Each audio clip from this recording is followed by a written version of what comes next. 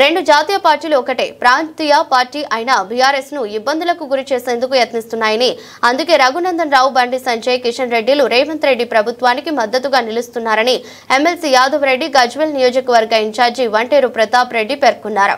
సిద్దిపేట జిల్లా గజ్వేల్లో ఏర్పాటు చేసిన మీడియా సమావేశంలో ఎమ్మెల్సీ వంటేరులు మాట్లాడుతూ, కాంగ్రెస్ ప్రభుత్వం ఏర్పడిన నాటి నుండి గ్రామాల్లో ప్రజల సమస్యలు పేరుకుపోయాయన్నారు. ట్రాక్టర్లలో డీజిల్ లేక సఫాయి కార్మికులకు వేతనాలు రాక ట్రాక్టర్లను గ్రామ పంచాయతీ వద్ద వదిలి వెళ్తున్నారని తెలిపారు. కేసుల పేరిట కాలయాపన తప్ప ప్రజల సంక్షేమానికి ప్రభుత్వం చేసిందేమీ లేదని చెప్పారు.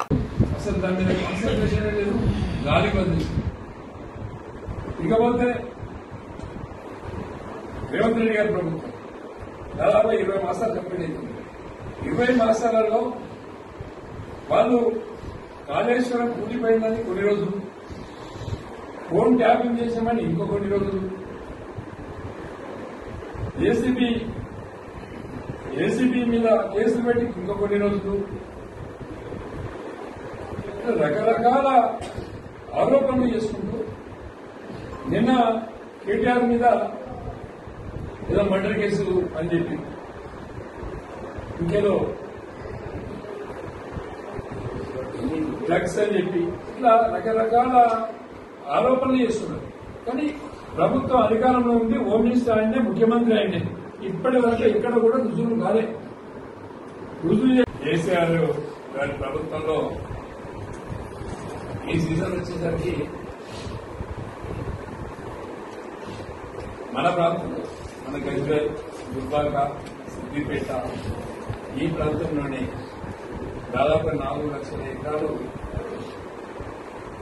నాట్లు వేసుకున్నాం.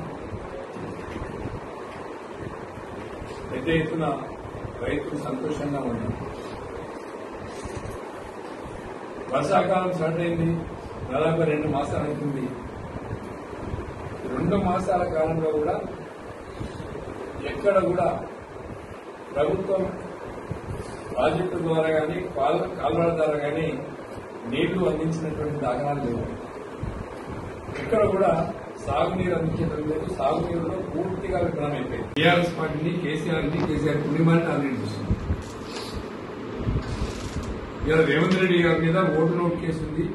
ఓటు నోట్ కేసు సుప్రీంకోర్టులో ఎందుకు పెండింగ్ అయింది? రఘునందన్ రావు గారు ఎందుకు రేవంత్ రెడ్డి గారు సపోర్ట్ చేస్తున్నారు? బండి సంజయ్ గారు ఎందుకు రేవంత్ రెడ్డిని సపోర్ట్ చేస్తున్నారు? కిషన్ రెడ్డి గారు ఎందుకు సపోర్ట్ చేస్తున్నారు? బీజేపీ నాయకులందరూ కూడా కాంగ్రెస్ ప్రభుత్వానికి రాష్ట్రంలో కానీ కేంద్రంలో సపోర్ట్ చేస్తారు. అంటే ఇద్దరు కొల్లుడైపోయారు. 2 జాతీయ పార్టీలు ఒకటైపోయి తెలంగాణ కోసం పుట్టినటువంటి పార్టీ, తెలంగాణ పార్టీని ఇప్పుడు కేసీఆర్ కుటుంబాన్ని ఏదో స్ట్రగుల్ చేయాలన్న ఉద్దేశంతో ప్రయత్నం చేస్తా ఉన్నారు. కానీ ప్రజలకి బాగా తెలుసు కేసీఆర్ గారు ఉన్నప్పుడు ఏ విధంగా ఉండే, ఇప్పుడు ఏ విధంగా ఉందనేది ప్రజలు ఎక్కడికక్కడ డిబేట్ చేసుకుంటూ మాట్లాడుకుంటున్నారు.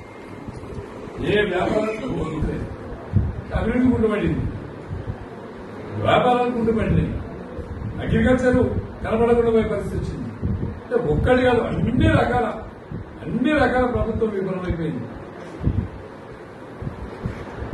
ఇక ఇప్పుడు లోకల్ బాడీ ఎలక్షన్ పెట్టాలంటే దాదాపుగా 18 మాసాలు అవుతుంది. గ్రామాలలో కూడా ట్రాక్టర్లకు డీజిల్ దిక్కులేదు, తడి చెత్త పొడి చెత్త తీస్తలేదు, సఫాయిలకు జీతాలు ఇస్తలేదు. అంటే ఒక్కటి కాదు, అన్ని వర్గాలు, అన్ని డిపార్ట్మెంట్లు అట్టన్ని ఫ్లాప్ ఫెయిల్యూర్ ప్రభుత్వం ఇది. దీని మీద చైతన్యం చేయడానికే మేము గ్రామ కమిటీలతో మీటింగ్లు ఏర్పాటు చేస్తాం. గ్రామ కమిటీలు ఏర్పాటు చేసి గ్రామాలలో ప్రజల్ని చైతన్యం చేయాలి. అంటే ప్రభుత్వం చేస్తున్నటువంటి మోసము, కుట్ర, దగా ఇవన్నీ బట్టబయలు చేయాలి. వాటి మీదనే కాన్సన్ట్రేషన్ పెట్టి మరి ఈ కార్యక్రమాన్ని ముందుకు తీసుకెళ్లే ప్రయత్నం చేస్తున్నాం. మరి ఇప్పుడు గౌరవనీయ పెద్దలు ఎమ్మెల్సీ యాదవ్